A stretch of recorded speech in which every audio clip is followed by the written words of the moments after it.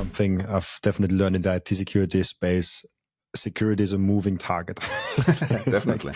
Like you never fully catch up, but you want to be as close as possible. Yes. And it's all about like making it so when somebody claims something is unhackable, either they don't know what they're talking about, or are not honest with you, or are malicious. Like, I think there are only these three options, because everything is hackable eventually if you have unlimited resources, unlimited tries. So what we with Hardware Wallet and hardware security are doing is to make an attack as expensive as possible with the least probability of success. So if you need to invest like 10 million into an electronics lab to hack something, and by doing so, you have a 99% chance of destroying the device and basically brick it and make it unusable, then that's already quite a good baseline, I would say. And then, of course, with the Bitbox O2, there are not even all the secrets are on the device itself. So, for example, the user password is not stored. So even if you could theoretically extract some data from it, you still need to brute force it afterwards. So there's so many lines of defense, also with a lifetime counter and whatnot, that we call this security in depth. It's like a military term, though. If you overrun the enemy in one line, there's still like 3 more lines that can take you out. So this is our strategy, not claiming that the Bitbox is unhackable. It's just like really, really good.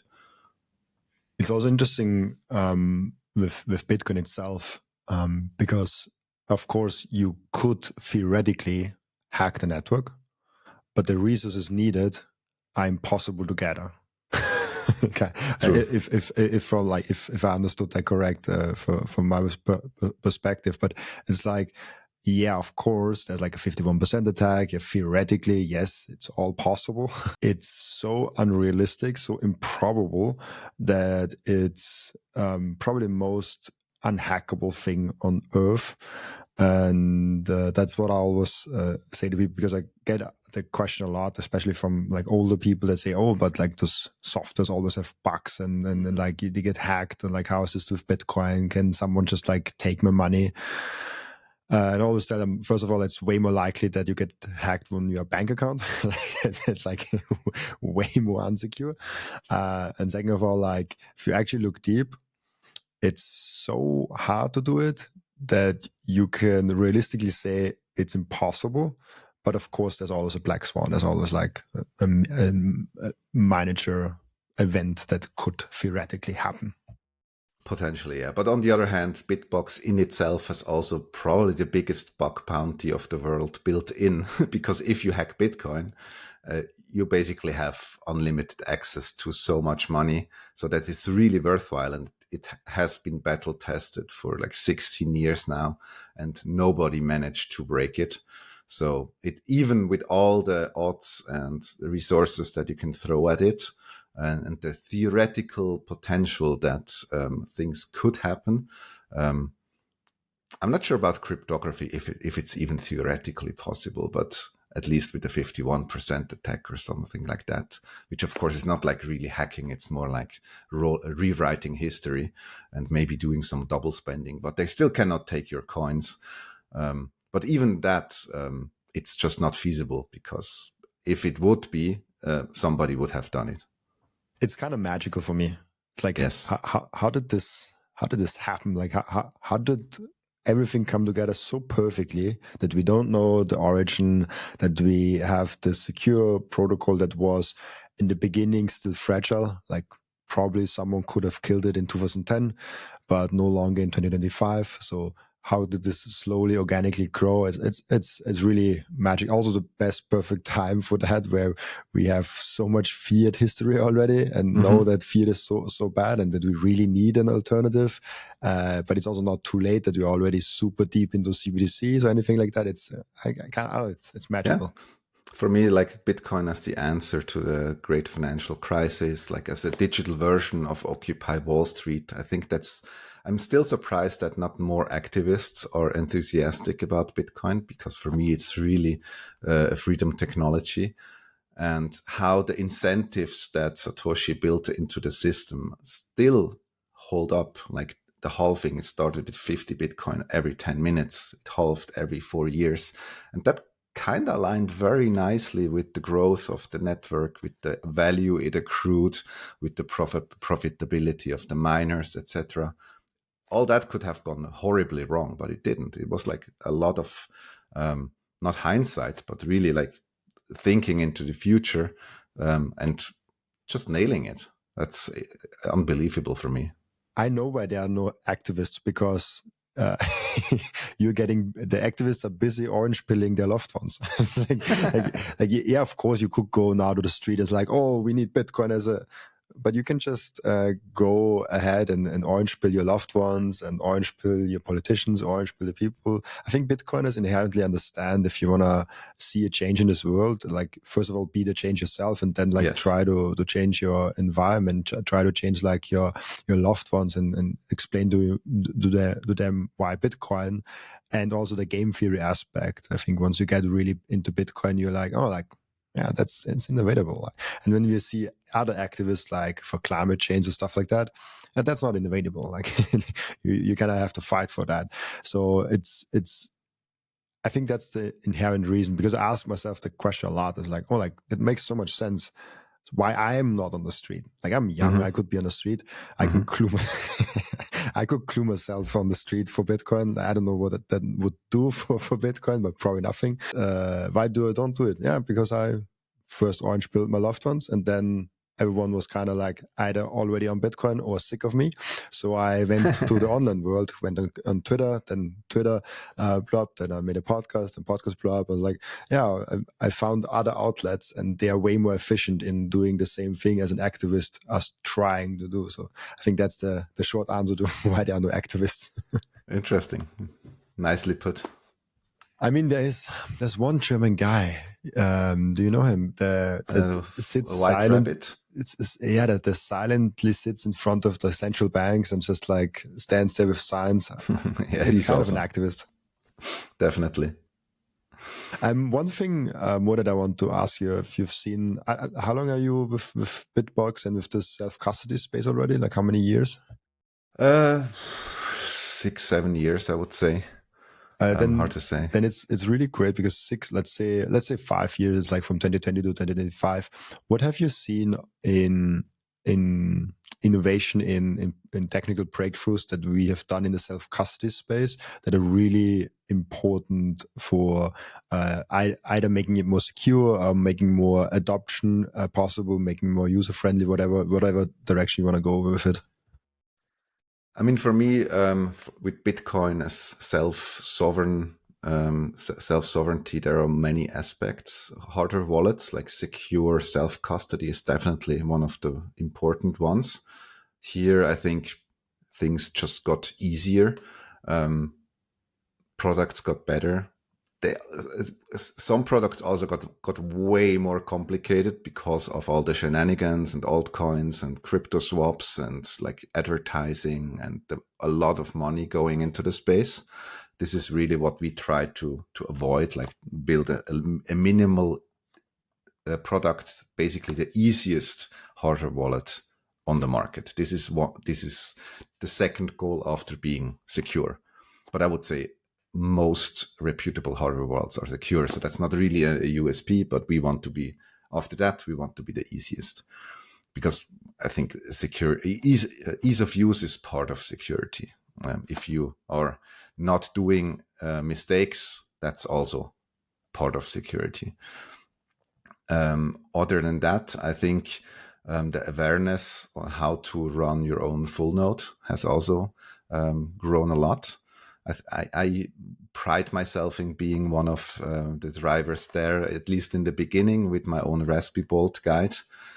Basically, the first guide that explained how you run Bitcoin Core, Electrum, Block Explorer, all that stuff on a Raspberry Pi. So that was very exciting, and that was also basically my first time being public in the Bitcoin space. I think that was about 2016, 2017, especially with the block size wars. That basically radicalized me towards Bitcoin full nodes.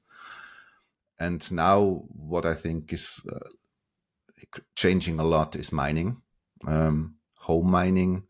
People want to be part of the mining industry as well. And I think that becomes more feasible because miners are longer lasting. You don't need to change them every year because they become obsolete so quickly. And there are new solutions that are actually using the excess heat for heating, for like different things, that so it's not only about mining. You can actually use mining as one block in larger solutions. And that, of course, makes it a bit more profitable if you don't have access to the cheapest form of electricity, especially in Germany, Switzerland, where we don't really have these like super like untapped energy sources like hydro that is not used and stuff like that. Yeah, this mining is fascinating. Mining was not on my radar at all till like November, and then more and more guests mentioned it, and like all the things with the BitX, with the solar mining, with Ocean, with the mining templates, what's going on. It's super cool what the Bitcoin community is doing, because I do think if we have just like 2-3 big pools that control everything, they could run into problems with like censoring transactions and stuff like that. I don't think so, but it could. So I think it's very important that we have Ocean, that we have solar mining, that we have BitXs, and that we have, how does Bob Burnett call it, rabbits, I think, on horses, that we have like smaller miners that do it like with like maybe 2-3 rigs at home, or maybe like have horses that have like one container that they're running, which is kind of movable, and like you can probably clean it out in one day if you really want to, and move it to a different location. So I think it's very important for the Bitcoin decentralization, because as we said with security, there's no 100% decentralization. There's always an aspect that you could theoretically attack. And the more we move towards decentralization, the more decentralized and the more secure we make Bitcoin, the better it is, like the better future-proof it is. Yeah. And I mean, I'm an IT engineer by trade, not the most technical one, especially in our company, but I have a decent understanding of IT and security things. And for me, it was like very obvious, as I mentioned, the block size wars in information technology. Everything you build in layers. There's absolutely no point in cramming everything into layer one, because at some point the layer one will break and then you're basically done. So that's like the end of the road. But this is coming back to the full node stuff. Of course, in that context, also Lightning became a lot bigger. And for me, that's also quite an important aspect of actually making Bitcoin more usable for everyday purchases. And I'm very excited about that as well. For example, with Bitbox, of course, we always accepted Bitcoin payments in our own web shop. But I think we were definitely the first, and for quite a while, the only hardware wallet manufacturer that sold their products for Lightning. And it's just the best experience. We were, for example, a few years back in Bitcoin 2023 or something in Miami. And for us as a Swiss company, it's super complicated to actually sell products outside of Switzerland. Legally, we're not allowed to take credit card payments. Like cash is super cumbersome, especially if you need to take them home by plane or whatever. Bitcoin, of course, is awesome. But if you do physical transactions, like handing out the device, you theoretically would need to wait for at least for the first block confirmation, to avoid like double spending or some like rerouting of the payment. And with Lightning, that was all these problems basically have been fixed. It's like Bitcoin Lightning with a proper point of sale device that even prints a receipt and everything. It's just like the most easy way of traveling around the world and selling stuff. And you just connect to your own server. It goes automatically into your accounting. And for me, that's also like a huge step forward in Bitcoin sovereignty stack. Yeah, Lightning is awesome. We also have an integration with the Bitbox. It's really cool to see Lightning work on scale, because, as I said, I'm once a month I try, and I fail most of the months, but I try to go to the Bitcoin meetups in Vienna, and Okay. they always pay for my burger, for my salad with Lightning, and it works really, really cool. It's just great to have like your phone Lightning, bam, bang, and then you have it, and it's really nice. Definitely. Yeah, for me, that's a bit the Bitcoin freedom stack, like on-chain transaction validation, like self-custody, like payments, and then, of course, mining. I think these 4 aspects are really important. I have one question that I asked every single guest of mine, and the question is, what can we learn from you besides Bitcoin? I guess if you follow my Twitter, you see from time to time some nice pictures from the Swiss Alps. I never post pictures about like from people or my family, but of course they are a huge part of my life. So like being your own boss and enjoying life with the freedom that maybe Bitcoin gives you, I think is the most important aspect of being in Bitcoin. I see here. Yes. Nice, the Alps. Exactly. But that's I was beautiful. actually cleaning meadows for 2 days and even repairing a digger. That was fun. That's fun. Really cool. We go outside and touch grass. I think if you were asking for a one line. Go outside and touch grass. Very, very Bitcoin thing to say. Yeah. We have an end routine in the podcast where the previous guest is asking a question for the next guest without knowing who the next guest actually is. And the previous guest asked you the question, and almost impossible to answer question, in my opinion. What is the single most important educational resource that lit up your orange brain cells? That's actually a very easy thing to answer. I think it's a person, and for me it was Andreas Antonopoulos. I learned a lot from him, from his ability to take a complicated question just directly from the audience and build a 10-minute explanation that is incredibly coherent, takes you on a journey, but circles back to the original question. I think he's unmatched in that regard. And I'm really thankful and happy to have met him. And he really also cut my altcoin phase very, very short. I think that's the single most important things that Bitcoin educators can do, cutting the altcoin phase of Bitcoin. Because we all kind of have it. I mean, I see it less and less, honestly. I talked with, I just mentioned it, I was in Vegas at the Bitcoin conference, and there were like a bunch of people that came in to me, and they were actually orange pilled the last 1.5 years, so in 2024 or 2025, and they actually never touched altcoins. So like, Okay. I think maybe we're getting to a point where education is so broad and so good and so many different formats that people get it. Once they get to Bitcoin content, they don't have to do the altcoin thing. And also, I don't know if it's good or bad, but we now have another distraction in Bitcoin. We have those Bitcoin treasury companies that kind of provide a better performance, like get more Bitcoin. I am not a big fan of it. And this is coming from someone like, I interviewed Michael Saylor. I was at this 100K party, and I still have never owned a single share of MicroStrategy. So I could have done it easily, but like I never owned it.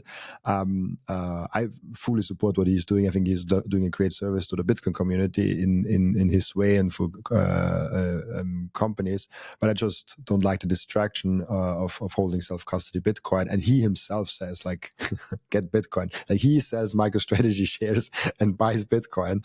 And then people are like, oh, like Michael Saylor, I like him. That's why I buy MicroStrategy. You know, like if you follow his advice, he says buy Bitcoin. And the point I was making is like, I see more and more people that are focused on number graph technology actually going away from altcoins and moving towards IOUs of Bitcoin, like a strategy and other products.